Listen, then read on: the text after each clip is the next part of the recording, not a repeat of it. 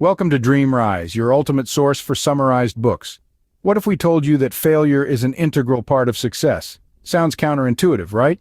But this is exactly the central theme of the groundbreaking book, The Lean Startup.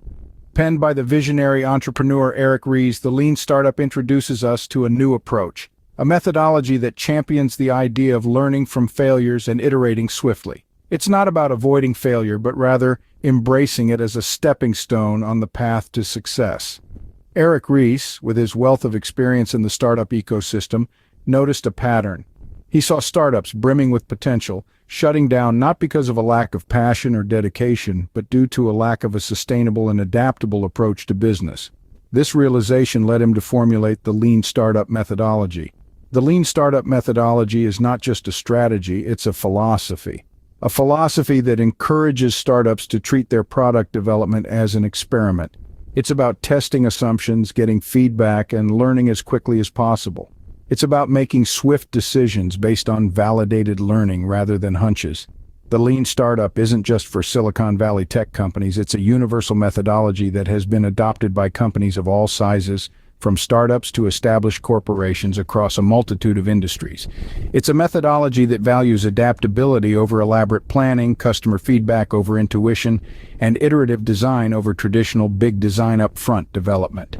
One of the key takeaways from the Lean Startup is that success is not just about having a great idea. It's about continuously learning, adapting, and iterating. It's about understanding that failure is not the end, but rather a stepping stone on the journey to success. In the world of startups where uncertainty is the only certainty, the Lean Startup methodology provides a path, a roadmap to navigate the unpredictable terrain of launching a new business. It's about being lean in your approach, nimble in your execution, and robust in your learning. So let's dive into the world of the Lean Startup and see how it can transform the way you build and grow your business. Before diving into the how, it's crucial to understand the why. This statement isn't just a catchy phrase, it's a fundamental principle that underscores the Lean Startup methodology. Imagine, if you will, a startup as a ship sailing into uncharted waters. The why is its compass, guiding the crew towards their destination. Without it, they might end up adrift, lost amidst the vast ocean of competition and market dynamics. This is the importance of a startup's mission. It's not merely a statement that looks good on a website or a business card. It's the North Star that directs every decision, every strategy, and every product that the startup develops. The Lean Startup methodology isn't just about creating a product or service. It's about solving a problem or fulfilling a need.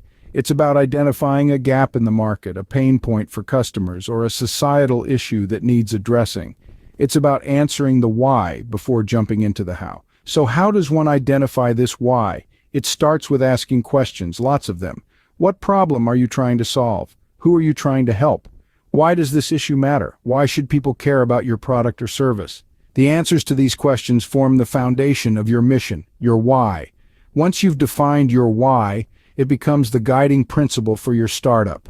It influences your business plan, your marketing strategy, your product development process, and even your company culture. It becomes the fuel that drives your entrepreneurial engine, pushing you forward even when the going gets tough. It's the reason you get up in the morning ready to face the challenges of the startup world head on. And here's the beautiful part. When your why is clear and compelling, it attracts others to your cause. Investors, employees, partners, and most importantly, customers. They're all drawn to startups with a strong purpose-driven mission. So remember, start with why and the how will follow. It's not just a principle, it's a way of life for successful startups. It's the secret sauce that separates the unicorns from the rest. It's the key to unlocking your startup's potential. Now let's delve into the heart of the Lean Startup methodology, the build, measure, learn cycle. Imagine you're crafting a masterpiece, whether it's a painting, a novel, or a new startup venture. You wouldn't want to spend years perfecting it only to find out it's not what your audience wanted, right? That's where the build, measure, learn feedback loop comes in. At the center of the Lean Startup methodology, this cycle is all about rapidly creating a prototype or build. This isn't about crafting a perfect product right out of the gate. Instead, think of this as a first draft. It's something tangible you can put in front of your customers to start the conversation. Once you've built your initial product, it's time to measure. This is where you collect real-world data about how your product is being used. You're not just looking for positive feedback here. In fact, it's often the criticisms, the points of friction that will be the most valuable. This information is pure gold as it provides insight into what needs to be improved, added, or changed. After measuring comes the learn phase. This is where you absorb the data you've collected, make sense of it, and glean insights. It's not just about what the data says, but what it means. What are your customers really telling you? How can you improve your product to better meet their needs? The beauty of the build, measure, learn cycle is that it's a continuous loop. You take what you've learned, apply it to your next prototype, and start the cycle all over again. It's an iterative process, one that emphasizes constant learning and improvement. This cycle is not only efficient but also effective. It cuts down on waste by focusing on what customers actually want, not what we think they want. It speeds up the time to market by emphasizing rapid prototyping and iteration. And most importantly, it keeps us rooted in learning, adapting, and improving. By embracing the build, measure, learn cycle, startups can reduce waste, increase their speed to market, and learn exactly what their customers want. What's the minimum you need to start learning? That's where the minimum viable product, or MVP, comes in. Now imagine this. You're an artist with a blank canvas in front of you. You have a grand vision in your mind, a masterpiece, but you can't paint it all at once, can you? So you start with a simple sketch. This sketch serves as an outline, a foundation for your masterpiece.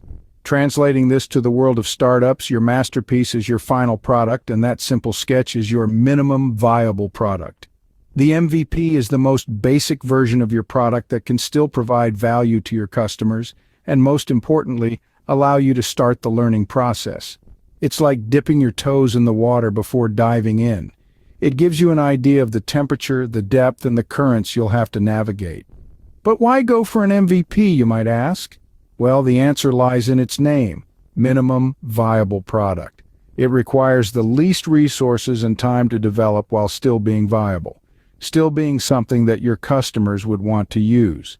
This way, you're not investing all your resources into something that might not even work. Instead, you're testing the waters, learning and adapting. Think of it like this. If your startup were a ship, your MVP is your compass. It's not going to get you to your destination by itself, but it's going to help you find the right direction. It's going to show you where you are, where you should be going, and most importantly, whether you're on the right track or not. And remember, just like that initial sketch is not the final painting, your MVP is not your final product. It's the start of a journey of learning, iterating, and refining. It's a process of constant evolution where you learn from your customers, adapt to their needs, and strive to provide the best solution possible. Your MVP is not your final product. It's just the beginning of a journey of learning and iteration. How do you know when to change direction or when to stay the course? This is the question of pivot or persevere. Pivoting or persevering is one of the most critical decisions you'll face in your startup journey. It's like standing at a crossroads with one path leading to a new direction and the other continuing on the route you've been traveling. Let's start with pivot.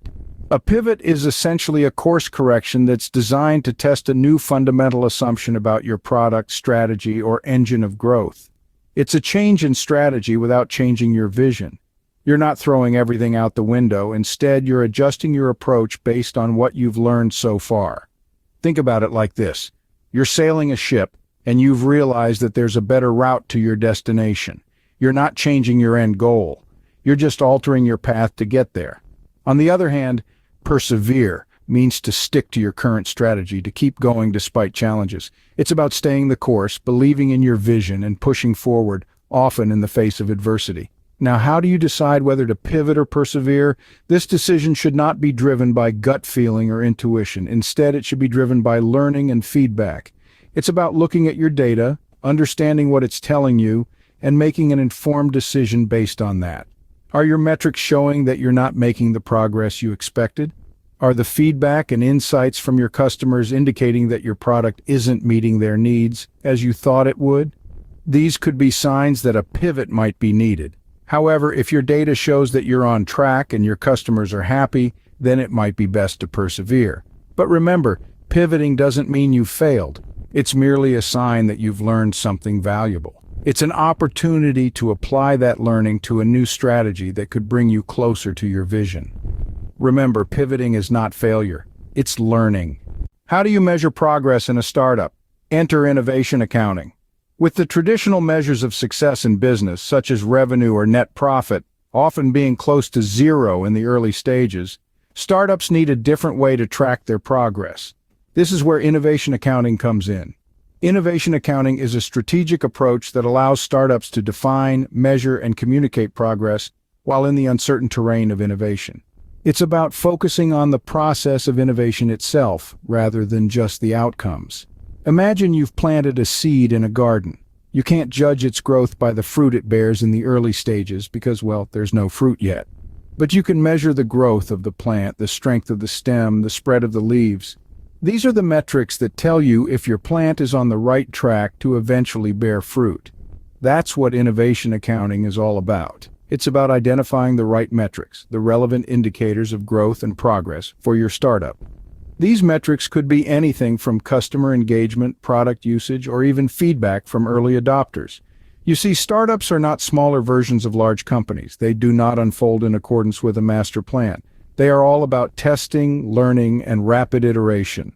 Innovation accounting helps startups navigate this process by providing a structured approach to identify whether they are moving closer to their business model and validating their value proposition.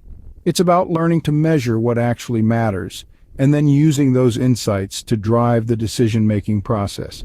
It's about validating assumptions, understanding what's working and what isn't, and then making informed decisions based on that data. Innovation accounting is not just about numbers and data, it's about understanding the story those numbers tell. It's about using that narrative to guide your startup's journey, to adjust your course when necessary, and to keep your team focused on what truly matters, creating value for your customers. Innovation accounting allows startups to prove objectively that they are learning how to build a sustainable business. So, what does all this mean for you as an entrepreneur or startup founder? Well, let's take a moment to tie everything together. We've traveled through the key concepts of the Lean Startup, a book that has revolutionized the way startups approach business. It's not just a book, but a methodology, a mindset, a blueprint for success in the often chaotic and unpredictable world of entrepreneurship.